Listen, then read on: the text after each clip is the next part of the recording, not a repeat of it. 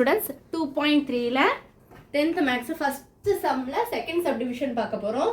நான் ஒவ்வொருதுமே சின்ன சம் தான் நான் உங்களுக்கு தனித்தனி வீடியோவா தான் போடுறேன் உங்களுக்கு ஈஸியா புரியணும்ங்கிறதுக்காக. இப்போ செகண்ட் சப்டிவிஷனை பாருங்க. 78 plus x concurrence to 3 mod 5. ஓகேவா? இப்போ பாருங்க அது concurrence சொல்லலாம் equal to நான் கரெக்ட்டா சொல்லணும்னா அது concurrence to 3 mod 5 அப்படினு தான் சொல்லணும். இப்போ பாருங்க சொல்யூஷன் பாருங்க.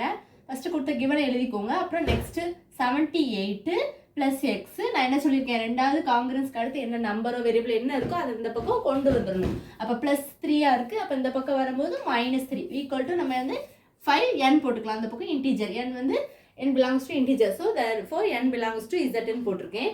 இப்போ 78ல இருந்து 3யை சப்ட்ராக்ட் பண்ணீங்கன்னா உங்களுக்கு என்ன கிடைக்கும் 75.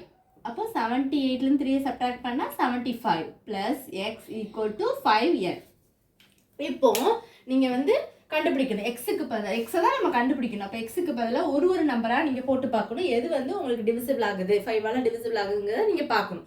ஓகேவா? இப்போ ஃபர்ஸ்ட் 1 போட்டு 0 போடிங்கனா 0 வந்து அவங்க கேட்டிருக்க क्वेश्चन இந்த லீஸ்ட் பாசிட்டிவ் வேல்யூ தான் கேட்டிருக்காங்க. அப்ப 0 வந்து பாசிட்டிவ்னு சொல்ல முடியாது நெகட்டிவும் கிடையாது. அதனால நம்ம வந்து அதை சூஸ் பண்ண கூடாது. 1ல இருந்து தான் பண்ணனும். அப்ப 75ல இருந்து 1 நீங்க ஆட் பண்ணீங்கன்னா 76. அது 5 ஆல இது ஆகுமா? ஆகாது. சோ நெக்ஸ்ட் அது வராது. அப்ப 2 3 4 5 போடுங்க. அப்ப 5 போட்டா தான் உங்களுக்கு 80 வரும். அதாவது 80 வந்து 1s பிளேஸ்ல 0வும் இருக்கு. சோ அப்ப அதுதான் வரும். அப்ப x = 5 தான் வரும். therefore least positive value of x is 5. இவ்வளவுதான் இந்த வீடியோ. இன்னும் ஒரு தடவை நான் எக்ஸ்பிளைன் பண்றேன். நல்லா கவனிச்சுக்கோங்க.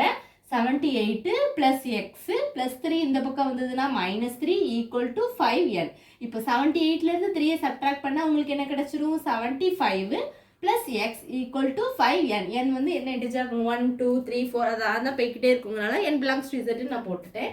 இப்போ பாருங்க நெக்ஸ்ட் ஸ்டெப்ல இது வந்து மல்டிபிள் ஆஃப் அவங்க என்ன நம்பர் கொடுத்திருக்காங்க 5 கொடுத்திருக்கனால நான் 5 னு போட்டாச்சு. அடுத்த ஸ்டெப்ல அடுத்து நீங்க ஒரு நம்பரா போட்டு பார்க்கணும்.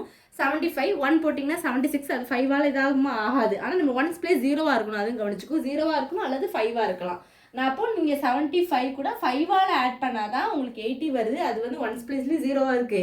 5 ஆலயும் அது மல்டிபிளா இருக்கு. சோ அது அப்ப x வந்து உங்களுக்கு என்னதான் ஆன்சர் 5 தான் ஆன்சர். அப்ப எழுதும்போது क्वेश्चनல லீஸ்ட் பாசிட்டிவ் வேல்யூ தான் கேட்டிருப்பாங்க. அப்ப எழுதும்போது therefore least positive value of x is வந்து என்னது 5. இவ்வளவுதான் இந்த வீடியோ.